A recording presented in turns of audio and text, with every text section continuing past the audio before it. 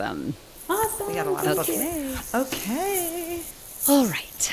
On this episode of Complicated Conversations, we welcome back Ashley Audrain. Ashley is the New York Times bestselling author of The Push. She previously served as the publicity director at Penguin Books Canada. She lives in Toronto, where she and her partner are raising 2 young children. Her second novel, The Whispers, is out now. Welcome back, Ashley. Oh, thank you. I am just so excited to be here with you guys. You both know I'm a super fan of this podcast. I listen to all the episodes, so this is special. Yeah, thanks. We are super fans right back, and you just do something to us that we don't understand. It's just, we have side conversations that never end, and they're all come out of your books. And The Whispers did the same thing to us as The Push did. We interviewed you for The Push well after your publication date. So if anyone has read that book and hasn't listened, it's an amazing conversation. It's got a lot of spoilers in it though, so make sure you've read it. And if you haven't, what's happening? What's happening in your life that you haven't read it? But it's a great interview, and we do talk about the ending, and we talk about a lot of things that happened in that one. Yeah. We're not going to do that today because The Whispers will just be out, so we'll keep this one spoiler free. But you might have to come back because we have a lot to talk about what happens in this book, right? Yes, and so we are just so thrilled to have you back to talk about this one, The Whispers. So why don't you tell our listeners a little bit about it? Sure. So The Whispers is about 4 neighboring families who live on Harlow Street. And they don't quite realize the ways in which their lives are intertwined until one night there's a tragedy that happens on the street involving one of the families. And so things sort of unravel from there as everyone's curious to find out what really happened, who might be responsible, and there's some sort of collateral damage along the way between these families. To say the least. A little bit. Yeah. It exposes a lot. Yes. And you give us 4 complicated women, which, for us is just a treasure trove here. But I want to start with Whitney, who I relate to the most. Okay, Yeah. I mean, I could have quoted endless passages for Whitney. Her chapters at times felt like they were stolen from my brain. I mean, not entirely, but a lot of them. So she's a working mom. She's overtly ambitious, and she just doesn't identify with what society sort of thinks is quote unquote maternal. And so I want to read a passage, the one of many I could have picked, but you write, his birth as a memory, she doesn't reach for much. She doesn't walk down memory lane with a lump in her throat. She doesn't make keepsake albums and growth records or save tiny teeth crusted with dried blood. She doesn't engage in conversations with women topping one another's labor stories. She has no time for that. She has no time for the kind of details and measures and particulars that seem to matter so much to other women. She isn't that kind of mother. I think I need a T-shirt that says that, although I don't think it would go over very well with the other moms, which is kind of the point. So I certainly, like I said, don't identify with every aspect of Whitney, but very fundamentally, I align with her on this feeling of sort of not being part of this inner circle of motherhood, that like maybe I miss like the secret handshake or something. So tell us about your development of Whitney and just, I don't know how you were in my brain basically, but. Well, thanks, Kate. No, thank you for saying that. I had this feeling like I might sort of be out here having to defend Whitney in every interview that I do. Well, you might. I might be an aberration, but not with me. True. You don't. I had a feeling that you'd feel that way because I feel like Whitney was the character who I worked on the most through the revisions of the book because she and I really setting out with Whitney. I wanted. Well, I guess I should back up. When I wrote The Push, there was a lot of conversation. With book clubs and interviews about this idea of like a good mother and a bad mother, like what makes a good mother, what makes a bad mother. And I've always been so sort of uncomfortable, with that conversation because I honestly don't think I ever look at any mother and think she's a bad mother. I don't have that in me. I just don't see it that way. I think there are so many dimensions to how we mother and how that identity feels, and how it can feel one way, one day, and a completely different way the next.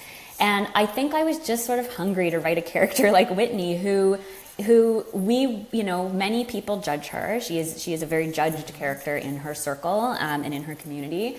And she makes choices that many of us would not make, of course. And again, because we're keeping this spoiler free, we'll sort of dance around some of this. But she makes choices that a lot of us wouldn't make.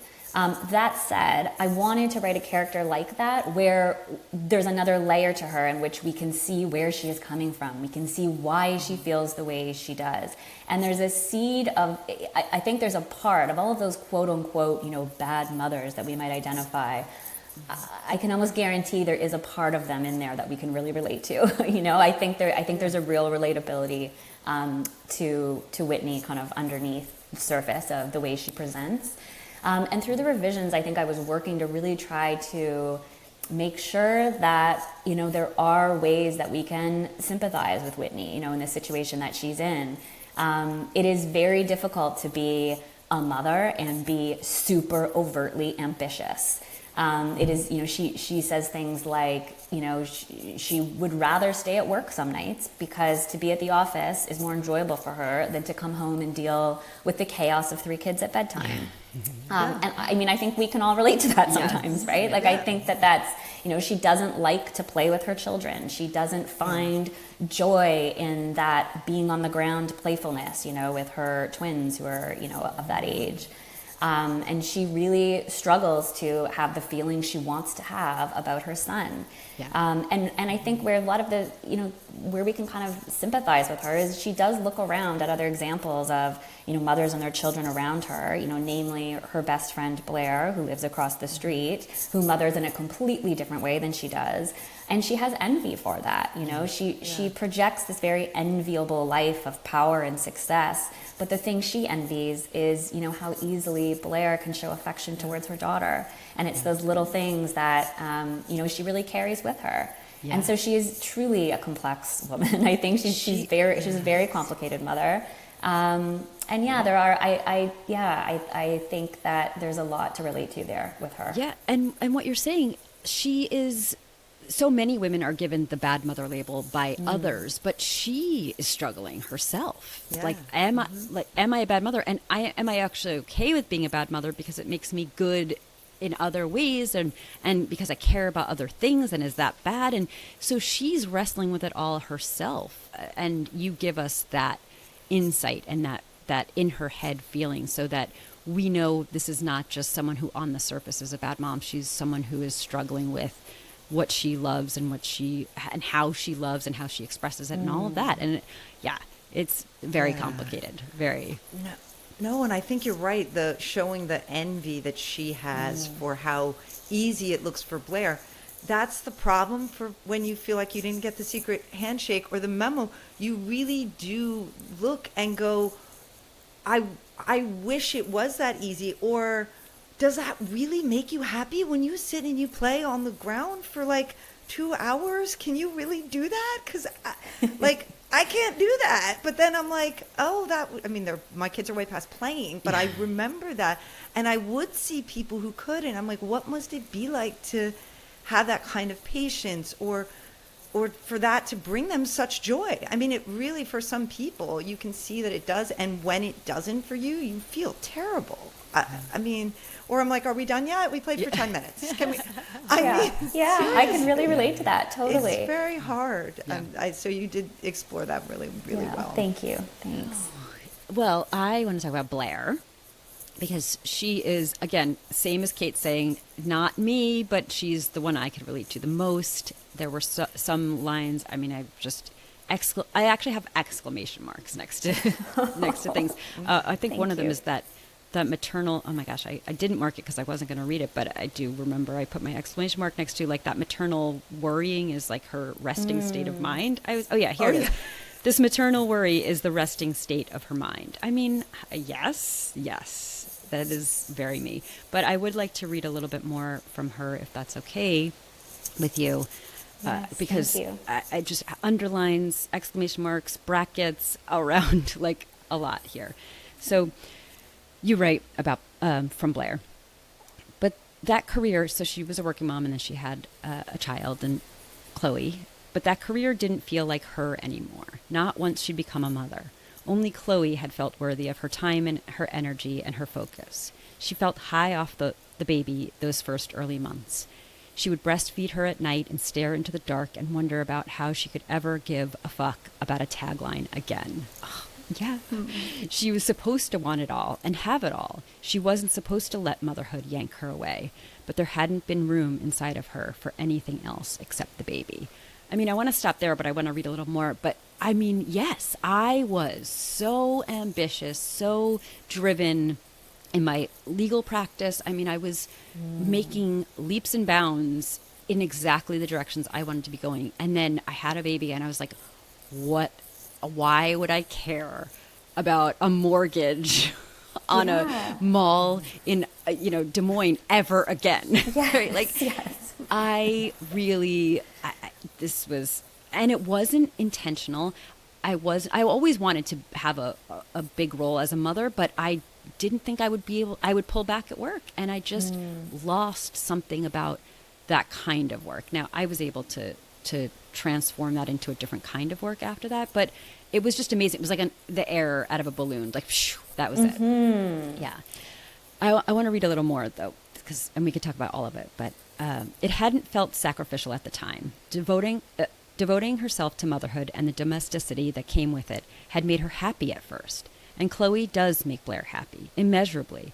It is everything else that has happened along with Chloe, the changes in herself and her worth and her marriage that happened so slowly they were imperceptible.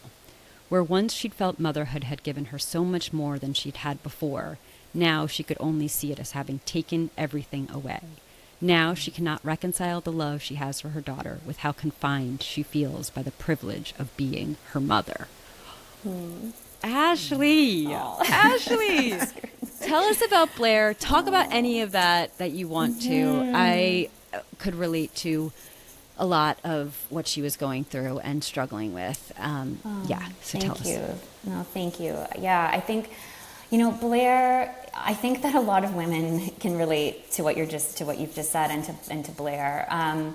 She's at this point in life where, she saw her life going one way, and then she had children, and then she questioned it all, which so many of us have done. Like, I felt the same way. I felt like, well, I can't make room in my brain to care for the things I used to care about, so I'm not going to be good at my job anymore. Like, I think a lot of people feel that way, and I think it's like everything is shooken up, and sort of you're trying to make room for the old life, but you can't because there's like, so much taken up by the new. Yeah. It's such a strange experience to go through, and I think for someone like Blair, I mean, she and I, again, I think a lot of women feel this way, that they're, maybe happy to take a departure from career path. They're happy to stay home if they have the privilege of doing so. If, they're happy to make these big shifts in their life to focus then on motherhood, especially after, I think, working for so long. I think this is especially applicable to like this generation, now, because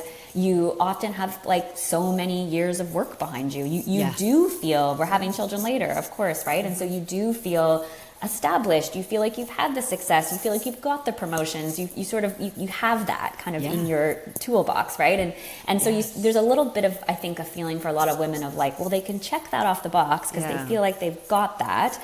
And then now they can focus on family. Or now they feel a different box, or they feel, also just frankly like exhausted of the work world and burnout and all of that. And there's this appealing idea that, well, I can maybe not go back to work or maybe cut back on my hours and focus on parenting. And I think that is really satisfying, for a while, for a lot of women. But then I think a lot of women reach the point that Blair does, which is, okay, I did that. I made that sacrifice. I've been, mothering to the best of my ability for so many years. But now I'm looking around my life and thinking, like, how did I get here? Like, how did I get here to this place where that doesn't feel as satisfying anymore?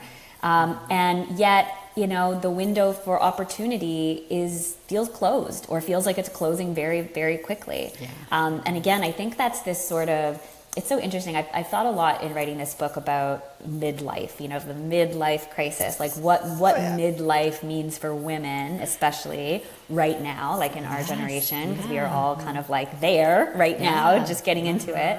And it's just so different than it was for our parents, right? Like, and even like the generation, like 2 generations before us, or a generation before us.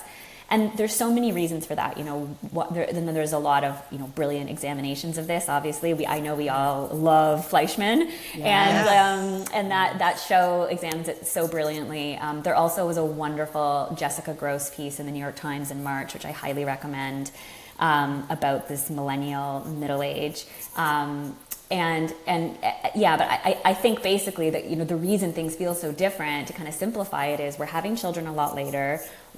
Most people are nowhere near as financially secure as our parents were at this age. And also we've sort of had this life of like larger societal crisis after crisis, right? And we've experienced that as recently as the pandemic. And so there's just this real, our midlife feels so different. And I think Blair is in the middle of that, and she just doesn't know what to do with herself. Like, she has said goodbye to so much and given up so much opportunity, and she can't see any of the opportunity ahead of her. And so, and I think there's a lot of us who sort of can feel stuck in that right now. And of course for Blair, I think she has always, she's very aware that she is in this place of not feeling satisfied. She really doesn't, but she can't quite put her finger on like what is wrong with her life. Like what does she need to do to fix it, and what is wrong? And as she describes in the book, she'd always, which I think a lot of people do, that she always sort of turned to her husband as the marriage as the problem, and I think in a lot of times at this point in life, you've made all of these decisions through all of your 20s and 30s.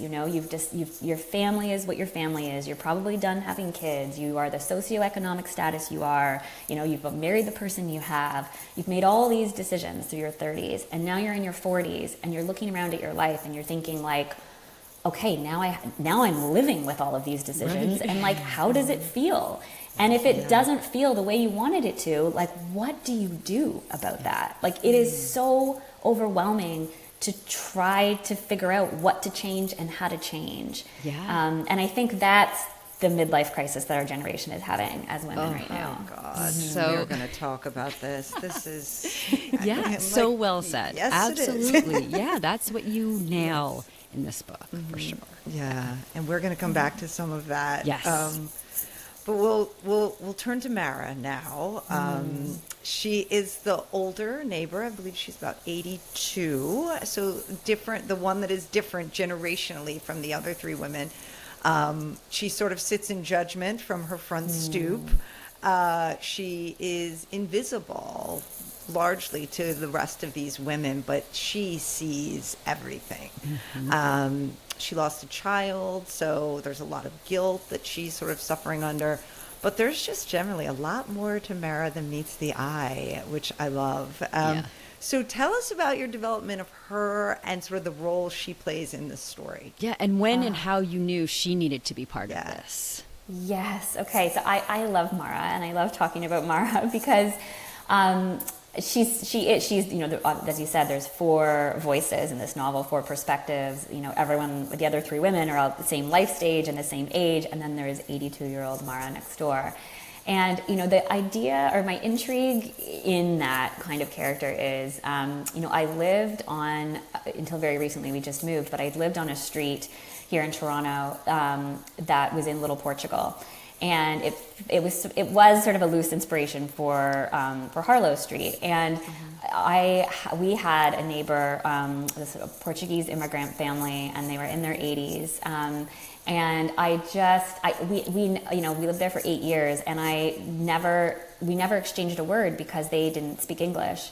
But I just felt so connected to this family, because of the way that she watched our family come and go for 8 years, and there's this really wonderful porch culture, in that neighborhood that I lived in, where a lot of and there were not many left, but a lot of the sort of original Portuguese families to the street, they really held on to that sort of sitting on the porch all day and watching, the world go by, and sort of coming down to the sidewalk to chat when someone they know went by, and then kind of going back to the porch. And, and it was such a beautiful way of like engaging in community quietly and sort of passively. And I just really felt connected to that mother of that family, especially, again, even though we never chatted, beyond the waves and the hellos. But and so I think in the situation of Harlow Street, we very much were the noisy, loud, obnoxious family that moved next door, to renovate, and our kids are all over the place. And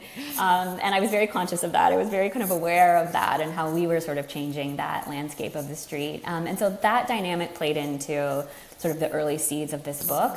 And I don't know anything about the woman who I live next door. I don't really know much about her life at all. So that was very much all sort of and it was all very sort of kind of built her life, the idea of her life out in this book. But I think there is really something to be said for that that real generational, and in this case cultural as well, difference where.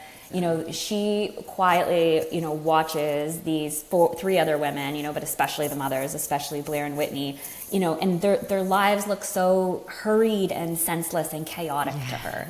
Everyone is coming and going, and the kids and the this, and she comments on what they wear, and, she really quietly judges the way they all go about things. And she, as that quiet observer, she in such close proximity to them, she comes to know so much about them and their lives, so much more than they would ever have given her credit for. Yeah. Right? And so, and that becomes obviously very much a part of the plot of the book unfolding.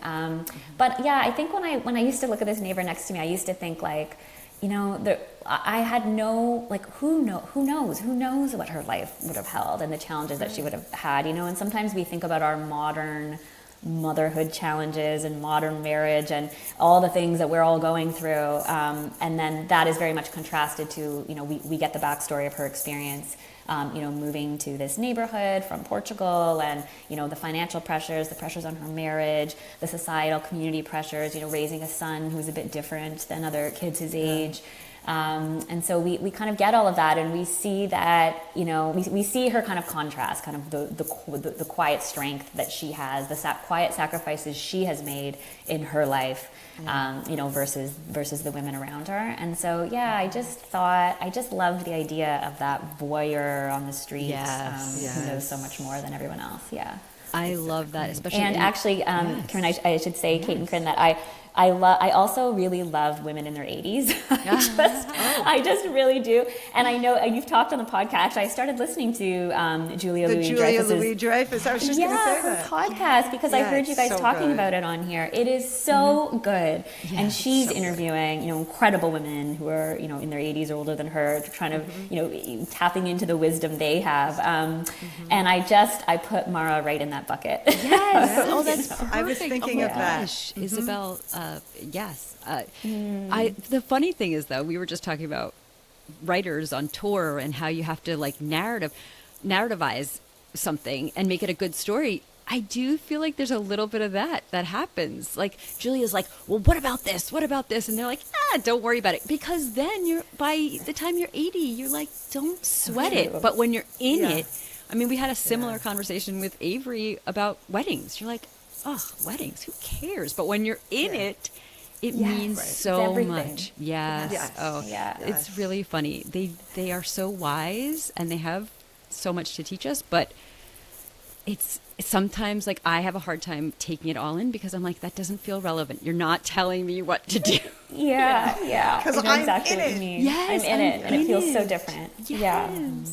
And that is very much the dynamic on the street, right, on Harlow Street. That's very much the dynamic where she sort of looks at them and thinks like, well, anyway, we won't give away spoilers, of course, but Mara's having such a significant thing happen in her life that nobody understands or nobody sees or no one's aware of. And so she's contrasting this, hugely significant thing happening in her life, against all of the flutter, on the street that's going on in these women's lives who are just 40, and she's double their age. Oh, I love that. Our last woman, Rebecca. Oh, my Rebecca. The pain, the desperation, the vicious repetition of infertility, of the cycle of infertility, is something I think so many people will be able to relate to, far more than I think it gets talked about, right? So I also love, I'm obsessed with doctors. I have a doctor in my book, and that I'm obsessed with the idea of like how you have to be so logical in one sense, and yet you're living a life, you're a human being, and you really amp it up here with Rebecca. But, and so I want to hear more about her character, but I'd love to read a little bit, just pierced me, her talking about her pain of infertility, and how it, although it comes and goes with cycles, it never goes, right? So this is what you write. But this is the thing about miscarriage. It's not an event, something that happens, that once happened and has ended. Miscarriage goes on and on, follows a woman through her days and her dreams, and then she will have blissful split seconds when she forgets, when her brain can still feel the gratification of having that baby, until she remembers the baby is not hers anymore and hasn't been for days or even weeks. Oh, I just got chills reading that. I mean, I'm the idea, it's something that I so viscerally felt. I had never had miscarriage, but I was struggling with infertility. It took us a long time to get pregnant with our first child, and so it just never leaves you. And that was a long time ago, and I have children, and it never ever leaves you. And I was also thinking about how that happens a lot with trauma that happens to women. It's like happens, sexual trauma, rape, and it's over technically, but it stays forever. Yes. Well, it's over, and nobody wants to talk about it. That's why it feels so over, right? It's these. Yes. I do believe that this women-focused trauma, like we're talking about, it feels so taboo. It makes everyone else so uncomfortable, and so then we are taught not to talk about it. Yes, but I'm sorry. Screw you. Like, you should be uncomfortable because I am living this. I am experiencing it. Like, it is in my body, and I should be able to share that. And I'm sorry if you feel uncomfortable vicariously for having to listen to me, but imagine how I feel.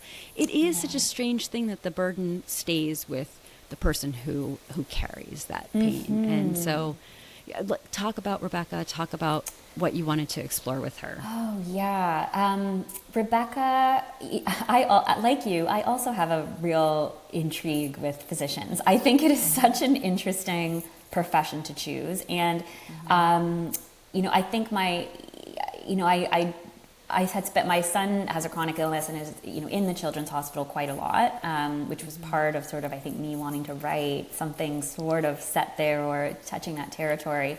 And I am always fascinated by the physicians, and especially I think the doctors who are mothers as well, and watching the way they, watching just it seems it's such an intense job with so much sacrifice, and also I think I'm just so not, I don't think that way, like I'm so not science minded that way, and so it's you I think you're always so intrigued by the thing you aren't. Yes. And so I did want to write about a woman doctor, and I think the idea that it was sort of cruel to give Rebecca the situation in life she has, because she goes to work every day in a children's hospital emergency room and effectively is saving other children, trying to make other children better, trying to give mothers what they, help mothers all day by fixing their children and saving their children.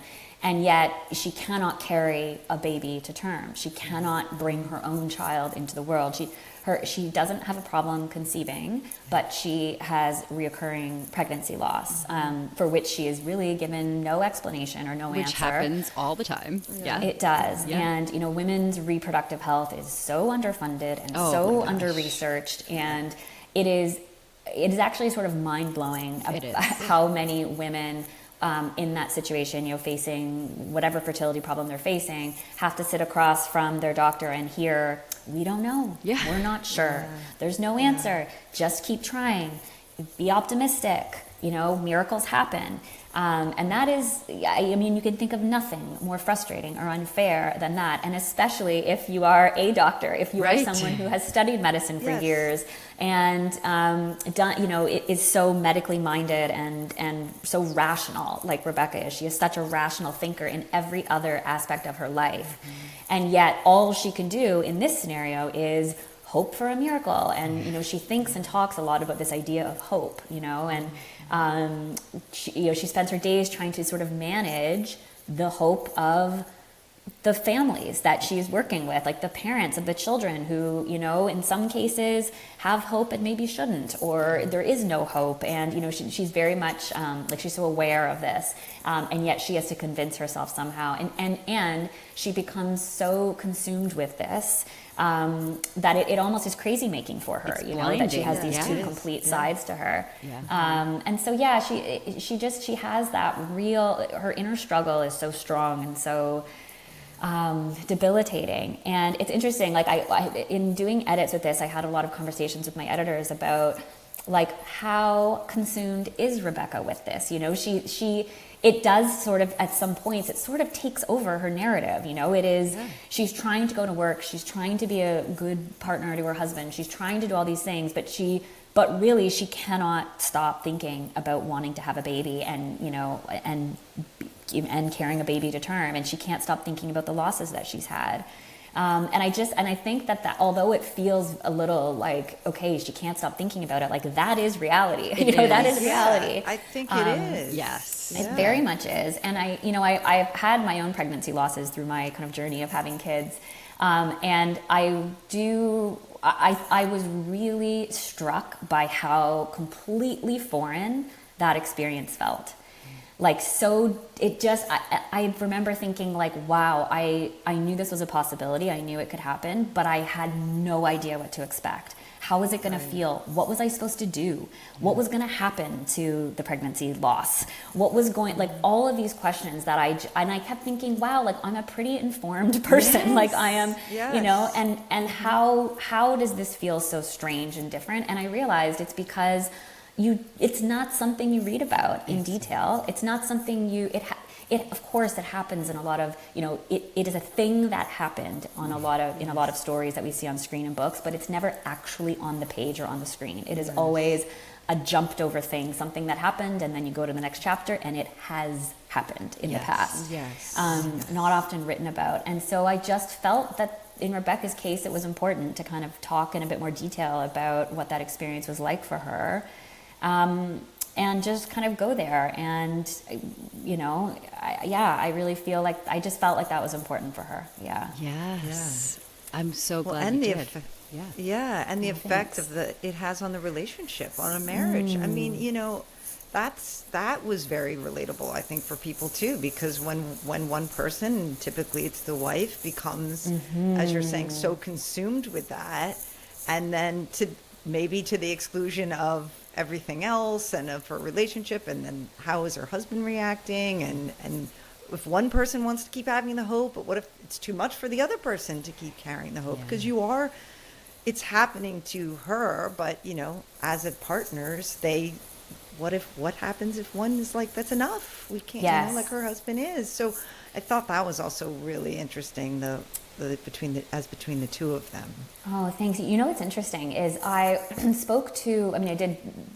because there's some medical stuff throughout the book, I had done a lot of research with speaking to physicians and that sort of thing. And someone I spoke to a fertility expert, like somebody who was a doctor at a fertility clinic, about Rebecca and her situation. And it's funny, I thought that I would end up talking to her more about, like the particulars, like the science of it, the medical side. And she actually really talked to me more about the psyche of a couple going through this, and she really focused more on that. And I thought, wow, that's so interesting. Like that, and I was like, yes, give me more. That is what I'm a writer. I'm here crafting this couple. But and she really had some brilliant insight. But I found it so interesting that that was really what she focused on, was the mindset of both partners and what she sees, what she's observed. And so that very much is reflected in Rebecca and Ben's storyline. Yeah. Yes, that really jumped out. Yeah.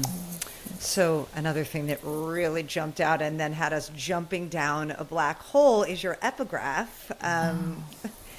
We need to talk about that because Carinn and I have talked about it offline. I think you had Carinn up in the middle of the night thinking about it. So I'm going to read it. What I increasingly felt in marriage and in motherhood was that to live as a woman and to live as a feminist are two different and possibly irreconcilable things.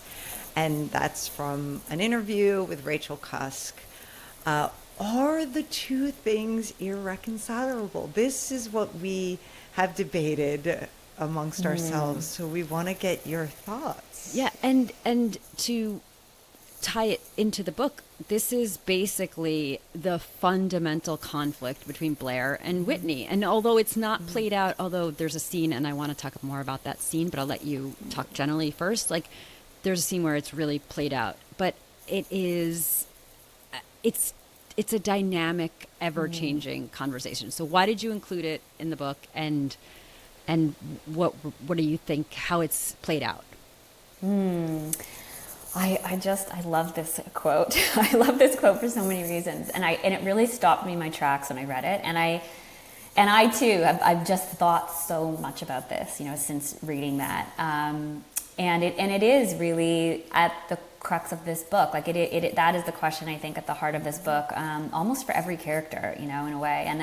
And I came across this quote because I had read A Life's Work, which is Rachel Cusk's sort of memoir about motherhood, that she at the time was sort of crucified for. She received so much judgment for that book, and then also for a book she wrote following that about marriage, about the end of her marriage, called Aftermath. And I loved both of those reads, if anyone hasn't read them. And so Rachel Cusk is sort of this polarizing, figure, I think, partially for that reason. And so after I finished the book, I sort of wanted to do a deep dive on her and the book and what people were saying at the time, and kind of going back to the year it was published. And I read this interview with her in the Globe and Mail, which is the Canadian national newspaper. And I came across that, and I thought that she had said that, and yeah, it just really stopped me in my tracks. And I think there is so much truth to that, and I think it is hard to accept that, hard to agree with that as people in, as wives and mothers and people in relationships and people with kids. And I think what it is, I think through growing up, and again, I think this is very generational, like talking about our generation, growing up, we feel so progressive as women, we feel you can have it all. We can have it all. We would all, call ourselves feminist. Of course we are, and we study it, we talk about it, we read about it, we feel so empowered, and we feel so empowered, I think, in our 20s and 30s going through life. And we did receive this message so loudly and clearly that we could have it all, and to be ambitious and to make money and to, all of these, like, be equal, all of this around equality and, gender roles. And we all felt that so fully. And then I think once you really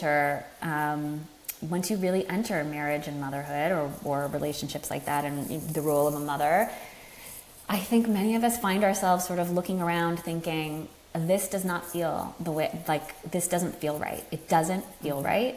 And I don't feel like we are equal. I don't feel like I have a lot of choice in the things that I'm doing or the way my life looks. And suddenly it feels like we've really betrayed ourselves in a way, or at least I've really felt like that at times. Like I've really betrayed myself in the sense of the role that I am now playing in this family, and the identity that I've taken on, and the responsibilities that I have, and the choices that I've made. So I think it is very hard to reconcile for a lot of people. And, you know, that is not a slam against the people we've married or the people we've chosen to have our lives with or have kids with. It almost has nothing to do with them in a way. You know, I don't say this as some kind of my husband doesn't do enough. My husband does do a lot. You know, it's not that. It is ingrained in us. It is institutional. It is something that we have grown up with. It is the roles that we watched our parents have. It is so much more than marrying the right person and having, you know, solving a wage gap. It is so much more than that. And so, although that's certainly a huge part of it, of course, but it is more than that. And so, yeah, really that quote to me says it all in a lot of ways. Yeah. Yes. Yeah, well, let's talk about the scene with Whitney and Blair, right? There is a scene later on. Well, first of all, I want to say that you are fearless when it comes to playing with time, and I love that because this scene is just like 7 months in the past, and we trust that we need to know this right here, right now, and what you're about to tell us is going to be important. And my God, this scene, I don't know, it pierced me. So I won't, no spoilers, but Whitney is coming off a day. It's her point of view. She's feeling like a shitty mother, a shitty boss. She's having a day. And she goes to have a glass of wine with Blair, and they talk a little bit about their own mothers, which you say in there is not something they often talk about. And then they also talk about motherhood in general.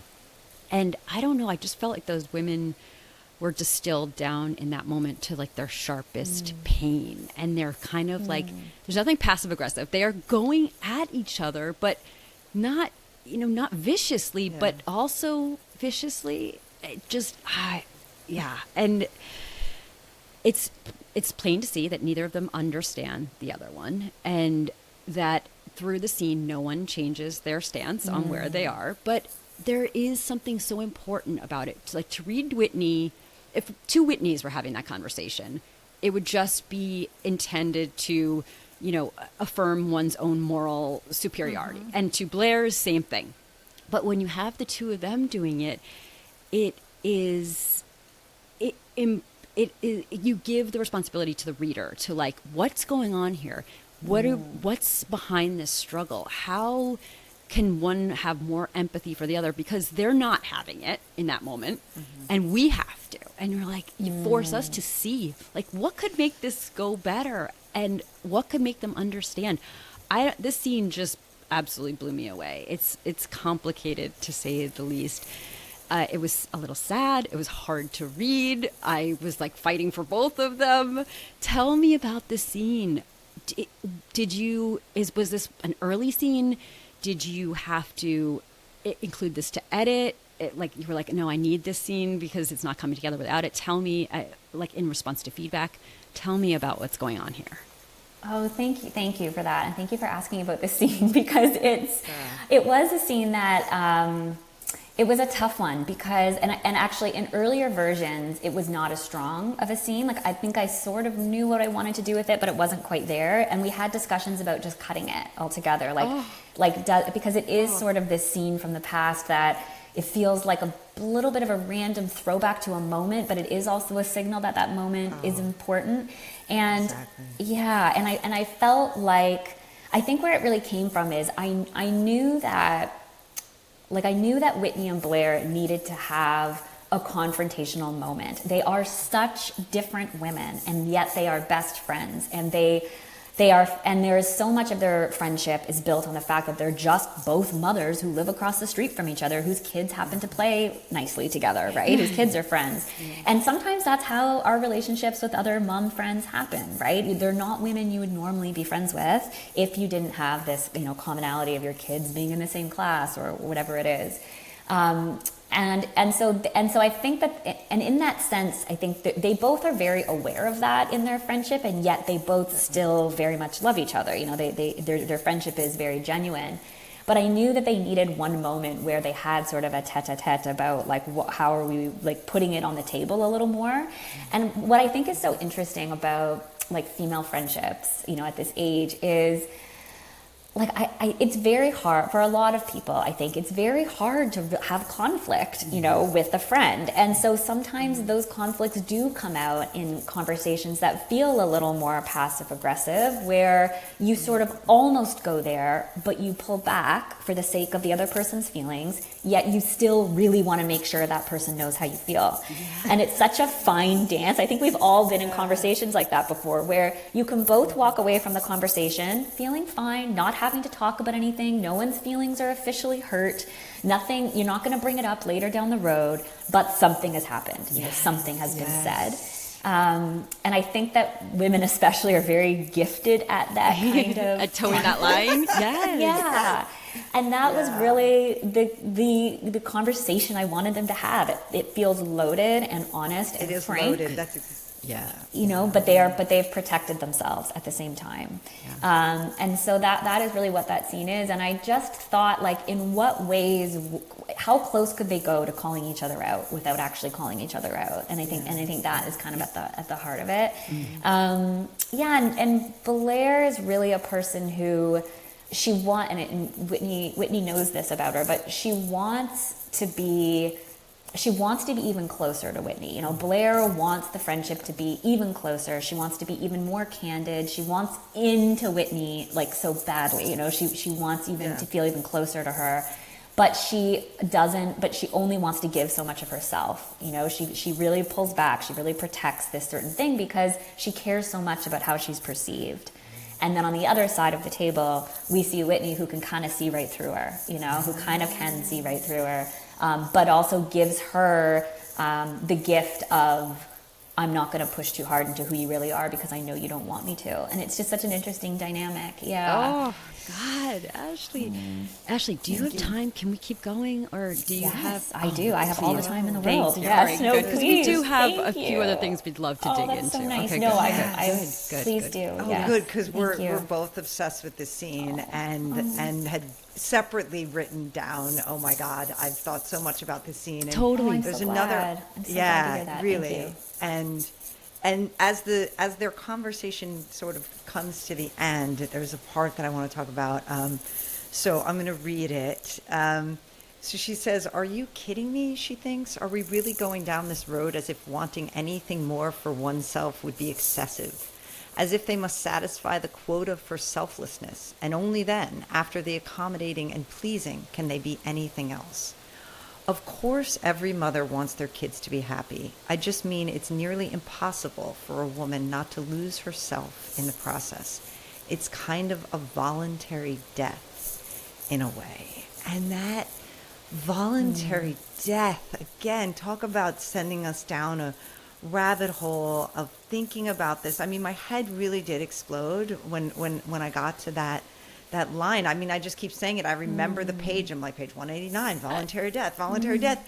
So that quote in particular, just this idea. And to me, it was like, I know that Carinn and I have had these conversations before about motherhood, how some people, and I'm raising my hand, I think, I didn't know it at the time, but now I do, kind of fight the idea of it being, of requiring myself to die. Yes. Exactly. Like, oh, no, you do not. This will not change me. This will not be a death of any kind. And then I think there are the people, Carinn would say, right, that surrender to it. I leaned into it hard, yes. Yeah. Which isn't great either, because you're dying. You're dying, Yes. right? So I mean, I let's lost talk about this. so much of my identity all at the same time, and that's not Right. fun either. Yeah. Right. Yeah. I think we're the extreme examples here Yes, too, yes. or maybe so. But talk to us about that line and the writing of that. Yeah. Oh, yeah. I mean, I feel like it's actually, yes, there's an article that I'm going to send you. It was from several years ago. There's a Canadian writer who I just love, Claudia Day. And she wrote an article, I'm forgetting the name of the title, but it was in the Paris Review. She wrote an essay for the Paris Review. And it really examined this idea of motherhood as death, you know, of this, of that whole concept. I'll send you the article after, because I know you'll both, love it. But that idea has really stayed with me, and I think it's such an accurate it so accurately describes, I think, how so many of us feel about this. Yeah, like whether you are fighting against it, or whether you give into it, you know, whether you voluntarily say goodbye to that person you were and enter, you know, it's almost like a death and a rebirth in a way, you know, you're sort of doing both things. And Whitney is someone who really has struggled, you know, pushed back, like you said, Kate, really pushed back and really struggled against that and didn't want to change at all, but she does know that it has changed her. You know, she does.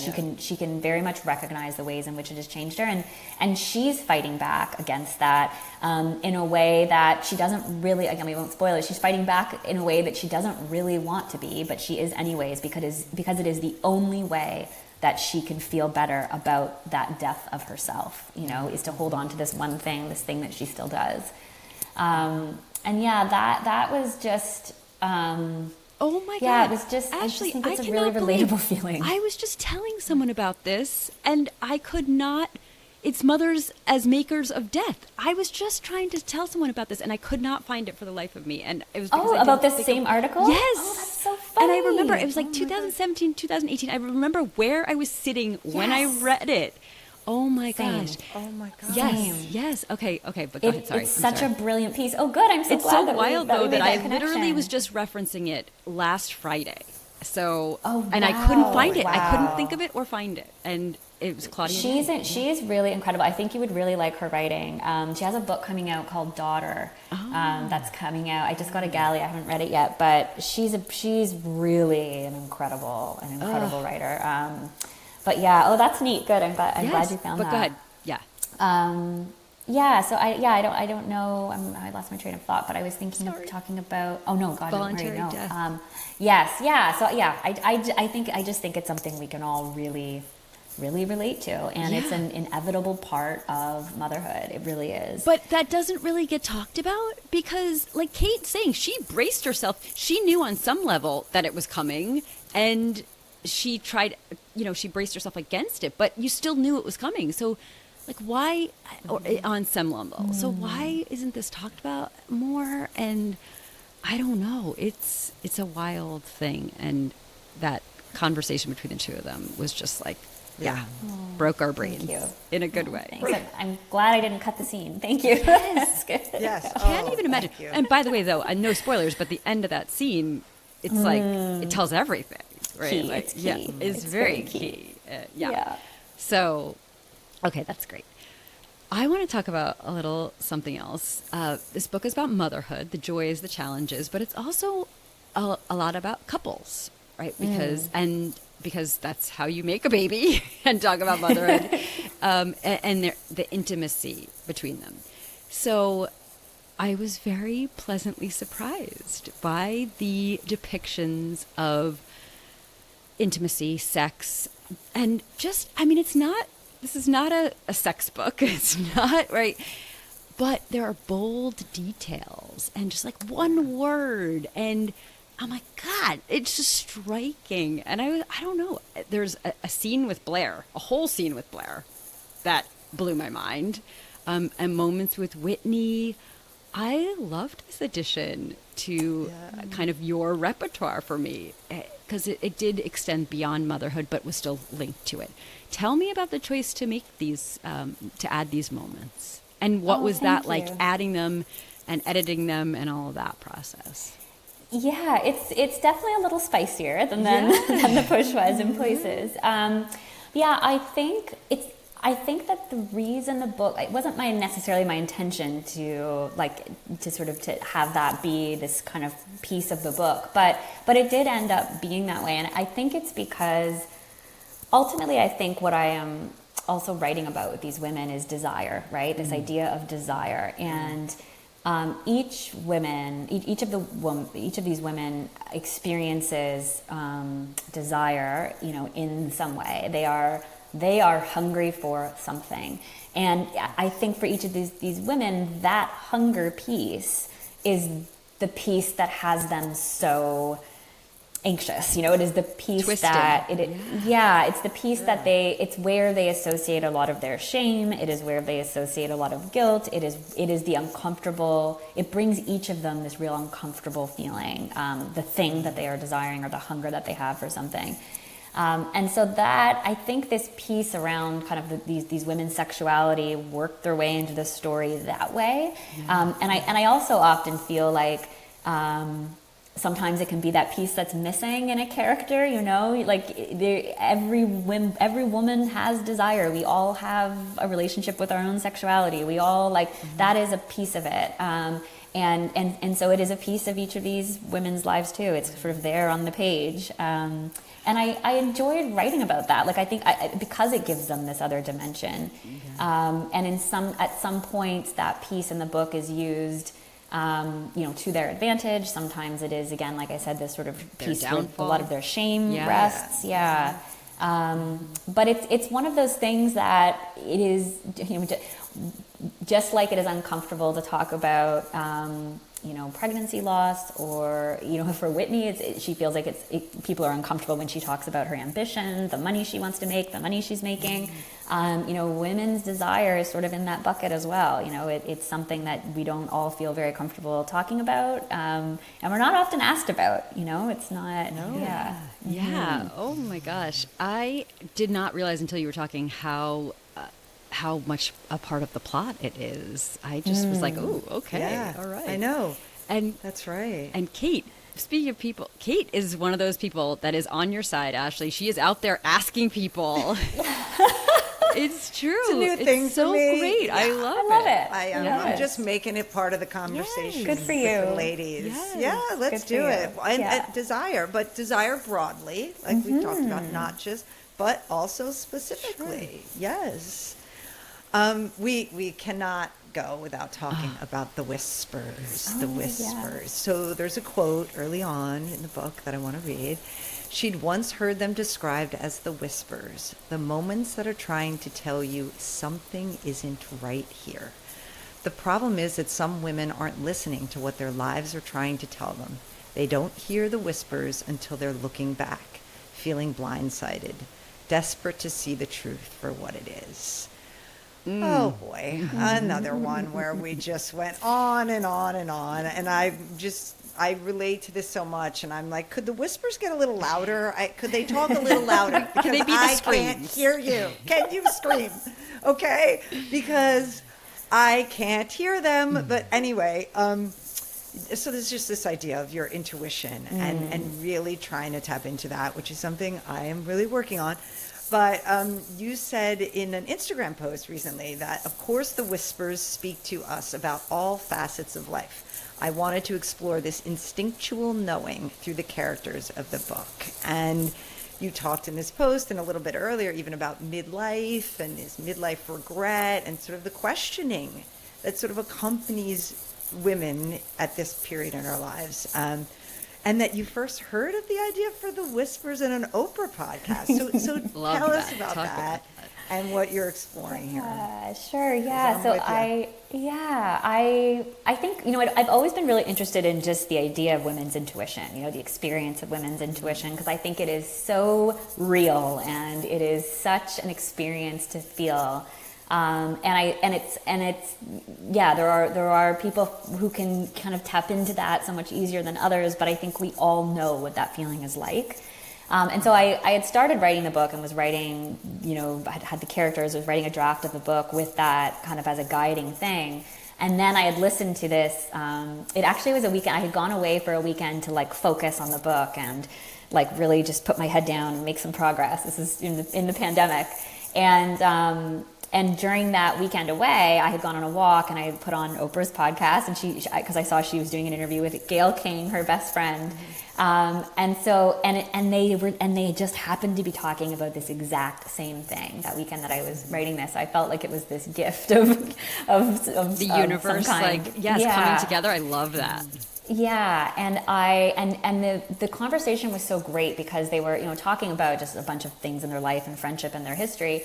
And then they got into this concept of the whispers, this intuitive, this knowing that you can have in your life. And the context of it was funny because Gail King was talking about how she, was married to somebody and, had this marriage and came home one day and found her husband having an affair with someone she knew. And right away she said, now I had no idea this was going on. And Oprah kind of cuts her off and says, did you know? Yeah. Like, can you really say you had no idea? And then they get into this conversation about this quieting of this voice, like the quieting of the whispers of this knowing. And I just really loved that. And they talk a bit more about it. They go on to talk more about it. But it's so applicable to life, And I think what makes it so applicable to this time in life, that we are in right now, that these characters are in right now, is that often I think the whispers are their loudest at this time in life. And it also, when you are not in the flurry of putting all the pieces of your life together, you're not making the decisions and planning the wedding and having the babies and doing all the stuff, where it's sort of harder to hear at that point in life, when you're just doing. And then in your 40s, or around this age of approaching 40, or just newly being 40, I think they are louder. I think that you have settled and you are just living with the choices you've made, and it just becomes easier to hear them, and it also becomes more terrifying to hear them, because you're like, I already chose. You've already made the decisions, and to feel this intuitive knowing that something isn't right. Your life is always speaking to you. Your life is always speaking to you, whispering to you in these ways. And at this point in life, to really listen can have, really impactful consequences.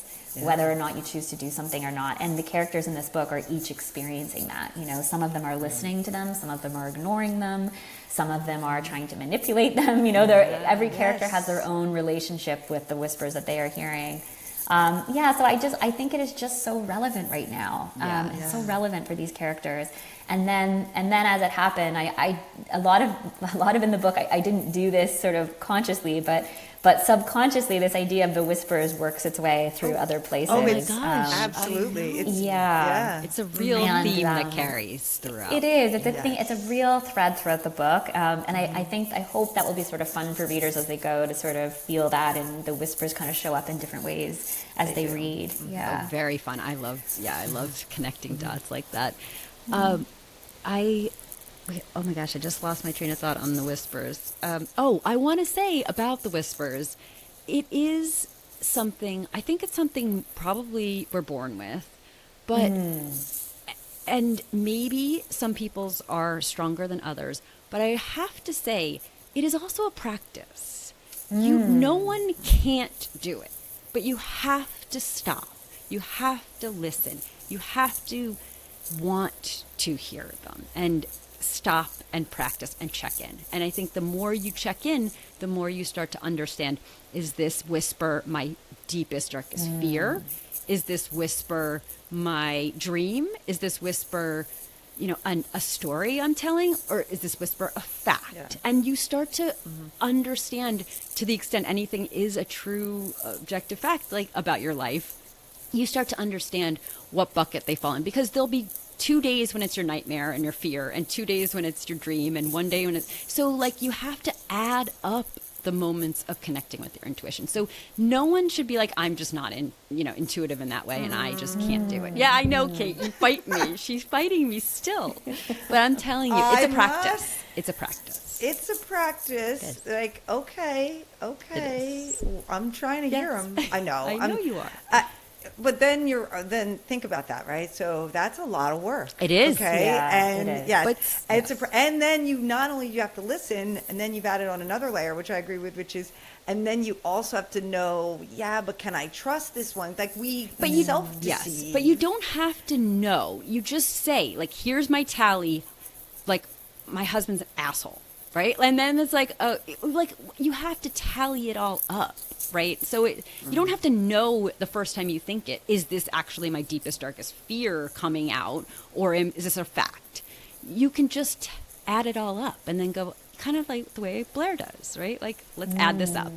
Where do I come out on the end? So, a bit of an evolution. Yeah. Yes. Yeah. You know what's so interesting is I think it's also okay, so say if you can be honest with yourself about what that is, then what do you do about it? What do you do with it? And that is really the hardest part, right? And I think what's so interesting about Blair is that, like, I guess I'm as interested in the woman who says, okay, I hear, I know, I have this intuitive knowing about my life. I am listening. I know I've made a wrong choice, but I am going to, like, the self-sacrifice of not blowing my life up is worth it to me. So I'm going to live in the sacrifice and deal with it. Like I don't judge that woman, you know, that to me, that choice is just as valid in a lot of ways as the woman who says, I hear it, I acknowledge it, I know something's wrong, and as scary and terrifying as it's going to be, like, I'm going to leave, I am going to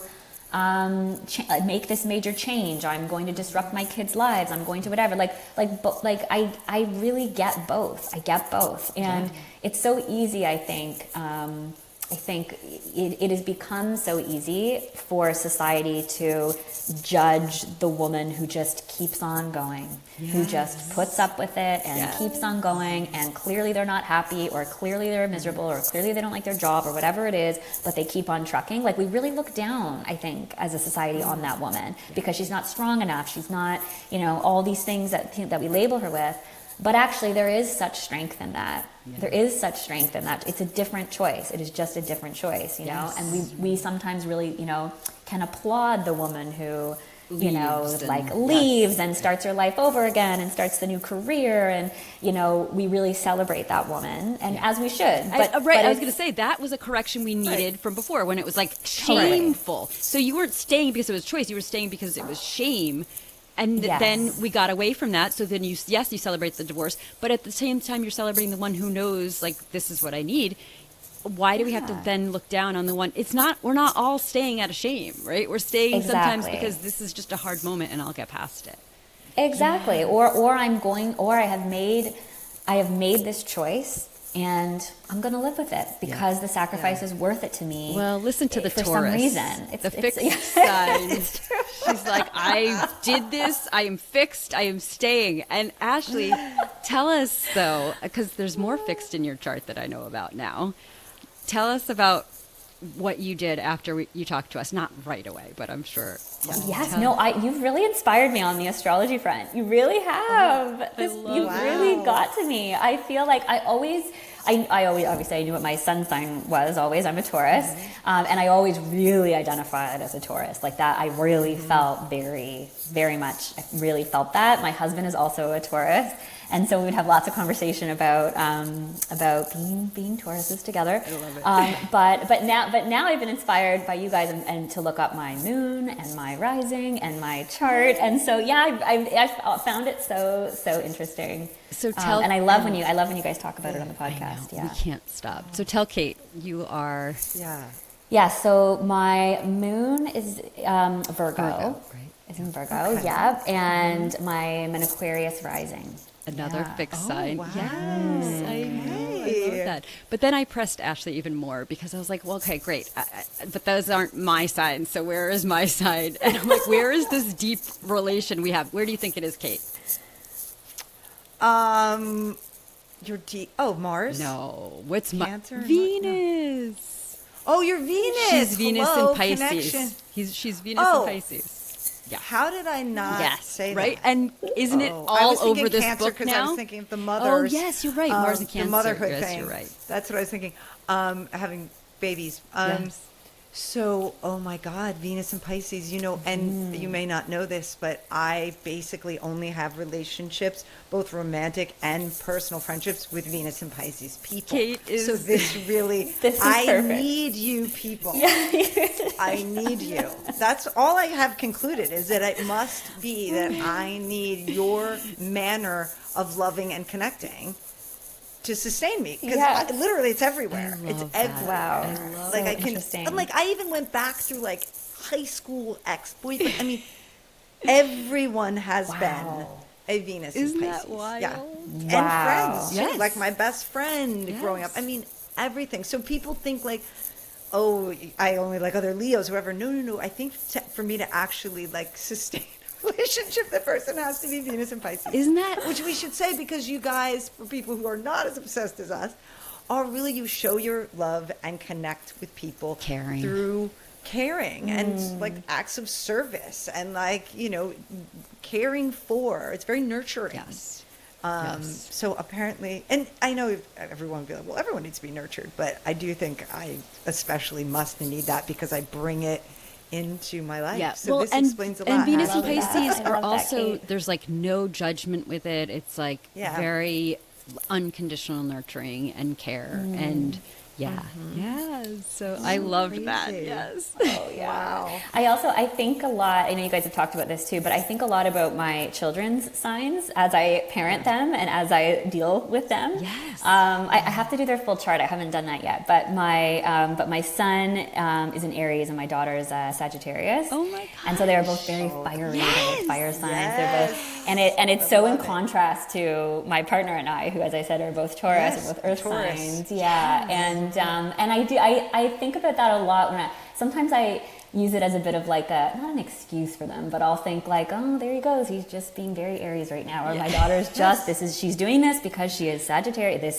She is this free spirit. She is this. I try to use it as a bit of a guidance, a way to thing, but- relate and understand. That's all we're saying. Yeah. I do. I really do. I love that. And now I'm super, because I have like a working theory that it's both like, I mean, every child is their own person, but I think there's always more connection. Like there's got to be a lot of fire somewhere else in your chart, in your partner's chart, that I think is probably, because to have two sun signs from two earth signs, two fire sun signs. And they are very, very, I wonder. very fiery. Right. Yeah. I wonder, and I bet they have a lot of earth though in the other parts of their chart. So that's their I'll have to outward do their expression. full chart. I just think that, and Kate like once told me, she's like, I have no water. I'm like, your parents are both water signs. There's no, but I still, you do have I really do yes. only have very little. You do. I mean, but my chart is so lopsided that it doesn't really make much sense. But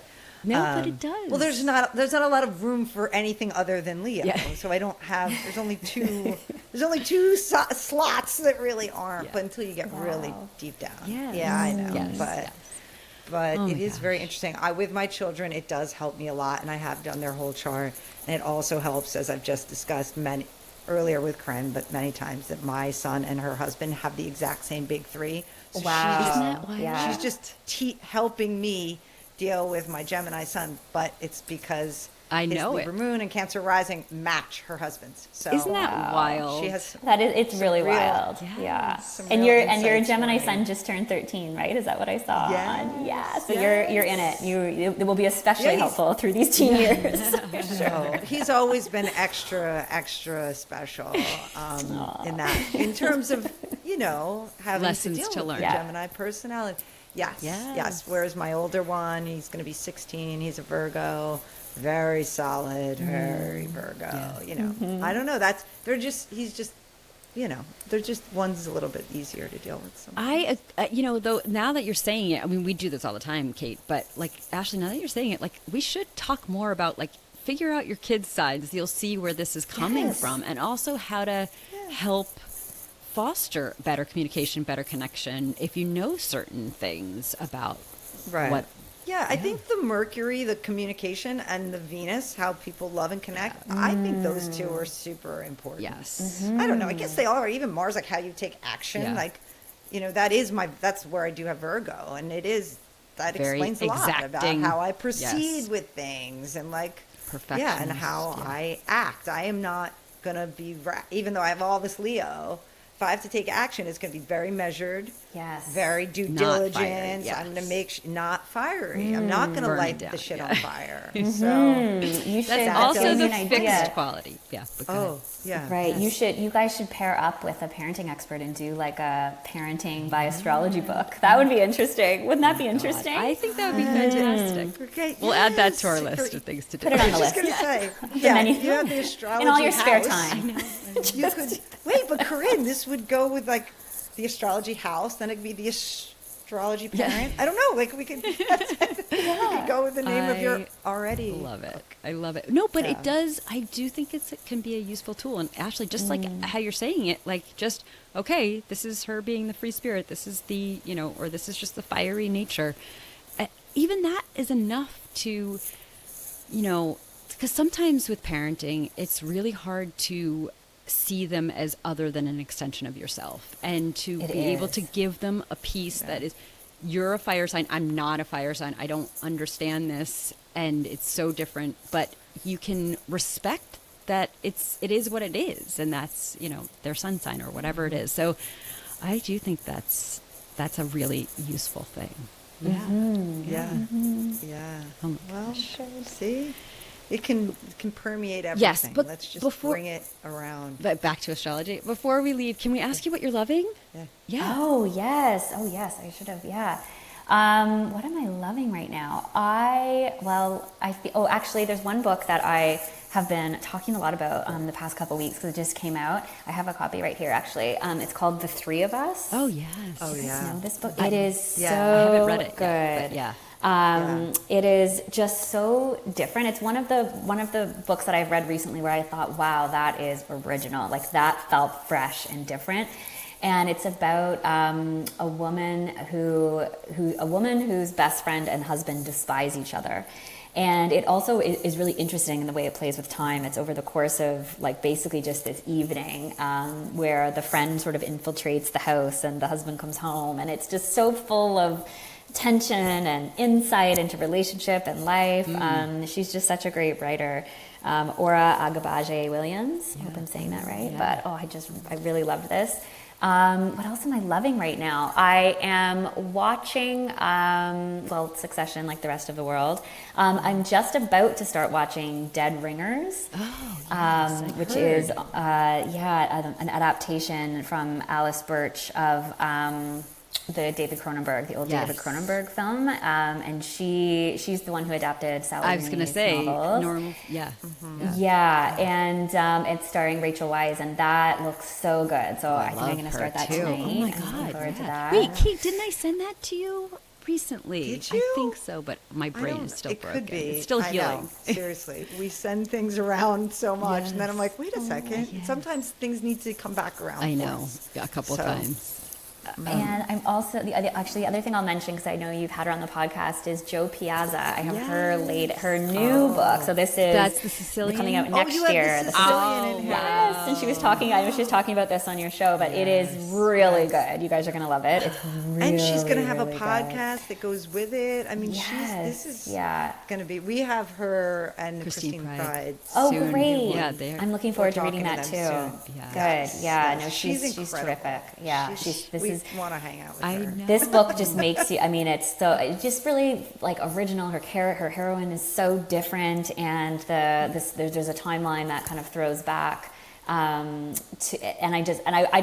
have 1,000 questions for her after reading this book, like the research that she must have done, and the historical element is so good, and probably kind of unexpected from her, right? But she was a journalist, for sure, it's different than the other stuff I've read from her, and I just love it. I really love it. Well, consistent with you being my literary fairy godmother, someone else you've brought into my life is Ashley Tate, who we've just connected on Instagram, and her cover reveal just happened, right? 27 seconds, is that? Yes, 27 minutes. 27 minutes. Yes. And so Ashley is, so she's my writing partner, and I just love her. She is a phenomenal writer. I mean, this book is really, really, really good. It is so full of heart. It's quite literary. It's a thriller. It's so atmospheric. I feel like it has this real like small town suffocating vibe to it. Yeah, it's just really good. A really interesting exploration of grief. It's wonderful. So she and I have been writing partners for like over 10 years, I want to say. Gosh, wow. Yeah, like it's just the two of us plugging along, and we exchange drafts and pick each other's brains, and She's helped me so much through the years. Yeah, she's terrific. I think you guys will really like her. Yay. To like Excited for road her. trip to Toronto. that's You what have we any do. of Carly Fortune. Like you guys all hang out, and I'm like, Nita Pros. Nita Yes. Pros, Oh my Karma God. Brown. There's lots. Yeah. you'll like post that you guys were like out to lunch or dinner. I'm like, look at all those That's people so, I love I know, all in one photo. place. Yes. There's a lot of us here. You should come and do like a live show here. That would be fun. Toronto. Yeah. I love Canada. I know. I love Toronto too. Yeah. Oh my gosh, Ashely, we love you. You are Oh, amazing. thank you. I love you guys. No, Are it's you just working such a on another joy. book? You are. You have. I know you are. I'm like, good. I Yeah. No, am. we I'm won't working on ask you anything something. about it, Yeah. but I just want to know you're working on it. You're gonna I am. produce I'm in for the us. thick of it. I am in the thick of it. Yes. Oh, good, Yeah. good. All right. Well, thank you so much for joining us. The Whispers is out now. I could go, well, we'll probably talk about this on our Friday preview. It's different from The Push, but it's not different from The Push. If it is so clearly an Ashley Audrain book, like there's Yes. Thank you. there's no two ways about it. So if you love The Push, you are going to love this book.